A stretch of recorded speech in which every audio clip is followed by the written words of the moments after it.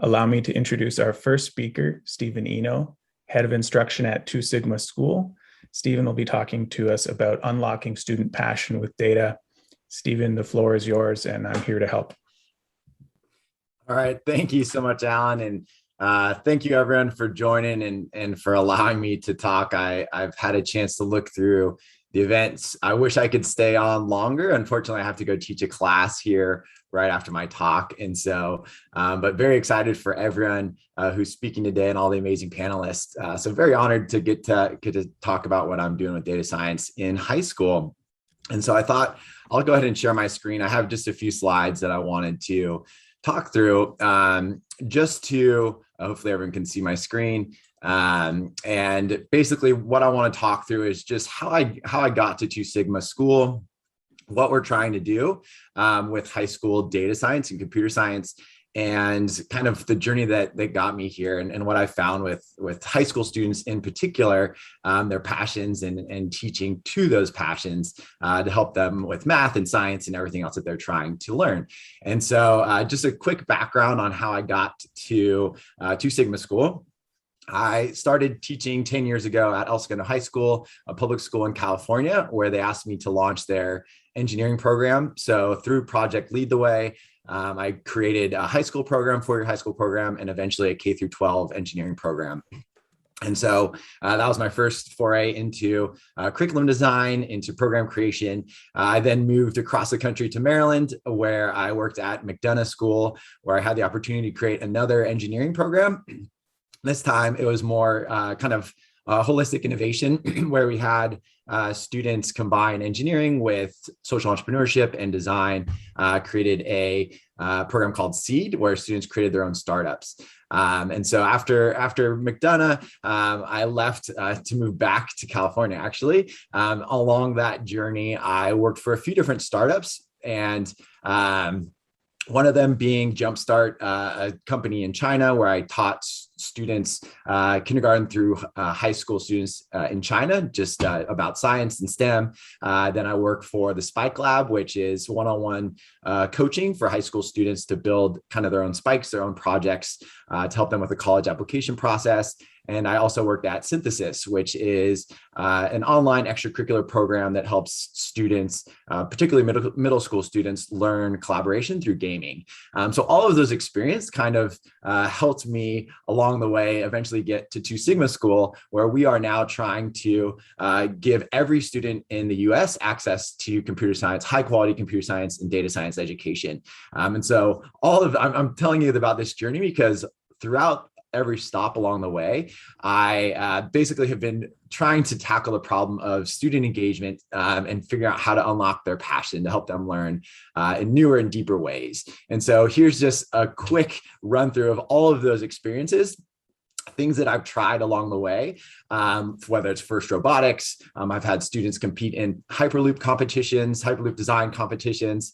I've had students go to the Real World Design Challenge, where they design unmanned aerial vehicle systems to solve agriculture problems. Again, Constellation is gaming, so you can see some of those games, whether it's, Synthesis is online games for collaboration, whether it's Constellation or Art for All. And then I've had physics classes try to compete in kinetic sculpture races. And I've had students build startups around coffee, exploring chemical engineering process, going from green bean to cup, and building businesses around it. And so all of these kind of experiments, tests, projects, they have been trying to unlock student engagement, but everything that I've done from those project standpoints has been kind of add-ons to try and help students find passion.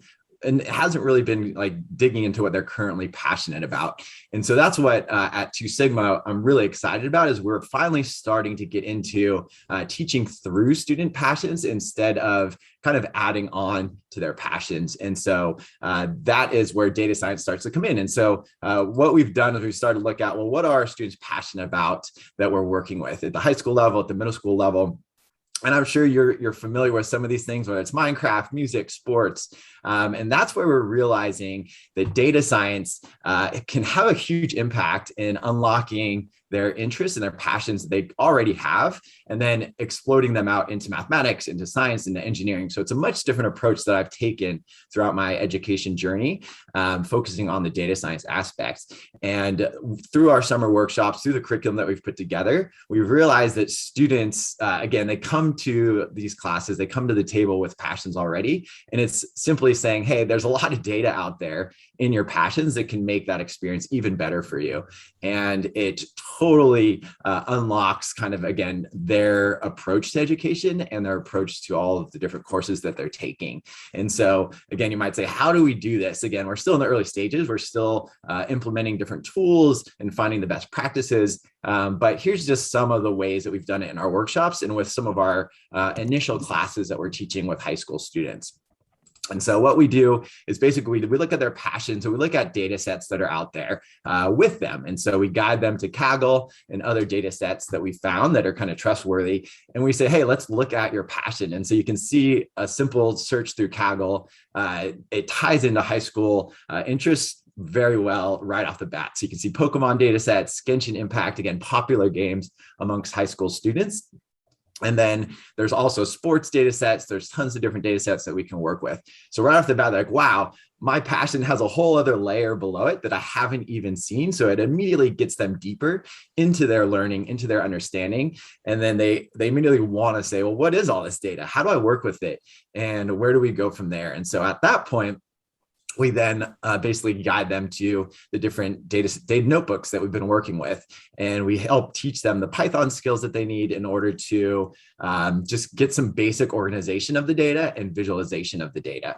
And so from there, again, they may say, well, what if there's data that we don't have? And so there's some amazing projects out there that we kind of build off of, like Dear Data. So if you haven't seen Dear Data, you can go to their website.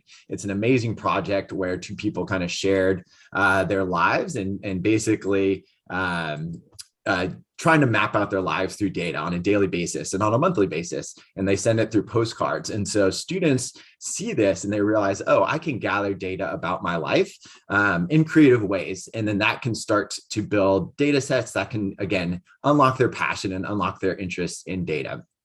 And so you might say, well, what does this look like in practice? And so once we have the data for the students, once we guide them, here's just a little taste about what we've been able to do in one of our workshops. And this is after they've kind of identified some of their passion, as we say, okay, let's now get them into a tool like Deepnote. Specifically, we love Deepnote because it allows us to be, as teachers, to be able to go into their notebooks. And so I'll just click play real fast. So here's just, again, just a live kind of walkthrough of one of our workshops showing the students working in Deepnote. And so we can see what they're doing. We can see the different data that they're creating. Again, some students are going to be at more advanced stages than others when they first see some of this Python. So they can do more advanced visualizations. But again, we talk about importing the data, manipulating the data, and we build out these notebooks that they can then work with. And so again, this is just hopefully just the start of what we're doing with high school students as we kind of guide them to the data that is beneath all of their passions that they already have. And so that's kind of the big change in my mindset now that I'm at Two Sigma School is, okay, instead of adding on, let me pause that, instead of adding on to student passions, we want to unlock what they already have, what they're already coming to us with. And we want to show them that there's a whole world of data underneath pretty much everything they do. And so that's a great thing about today, I guess, great thing, but also one of the things that we want to teach them about, which could be a negative thing for them, is that data is everywhere. There's always, whatever they're working on, there's going to be some sort of data attached to it, most likely. And so we just want to unlock that for them. And so you can see at Two Sigma School, our goal is basically to help students at any level start to access data science. And so we're creating two different data science courses, an intro to data science course and an advanced data science course. They're year-long courses, and we're giving students credit. We're giving them access to transcripts. We're giving them full credit for our courses, and we're working with students all over the country. And so our goal is to allow any school to come and work with us and be able to say, hey, we want our students to have computer science and data science, but we don't know how to do it. That's where we come in. We provide teachers, we provide curriculum, we provide the platform. We integrate the tools and the best practices in order to make this happen. And so obviously Deepnote is one of our key tools for data science, but we have a lot of other data tools that we use on the back end to help students better understand their learning. And so again, that's our goal. And I know this was quick. I'm happy to go into more detail in any area that you have questions about. But again, feel free to reach out to me about our work, and we'd be happy to expand on what we're doing. Can you tell us about that thing where you had all the students side by side? Like, that was just super cool. Yeah, so that was, again, something we pieced together. So right now what I'm doing is I have multiple tabs open, and I basically am able to see all the students separately, but our founder on the back end, while I'm teaching, he's able to basically pull up everything on one screen and see everybody side by side. And so it's just, again, organization. That's what we're trying to build out a little bit better so that other instructors can easily access that. Right now, I'm kind of teaching on Zoom. I've been able to create a system where I can see all the students quickly and kind of go from tab to tab, but we are trying to make it so you can see everybody at once. And so, yeah, that's not exactly what I see as a teacher real time, but again, that's what we hope to get to. Following up on a question somebody put in the chat, I was curious about it. It says you can use Deepnote for taking technical tests and exams. So I'm also using Deepnote too, but I didn't know. I was just wondering if you could expand on that. I didn't know you could. Honestly, I don't actually, at least from the personal talks that I've had with instructors, I haven't seen any of them use it. And correct me if I'm wrong. Some of you are here. I've spoken to you a few times before, so correct me if I'm wrong. But as far as I know, it's not usually used in real-time tests and exams.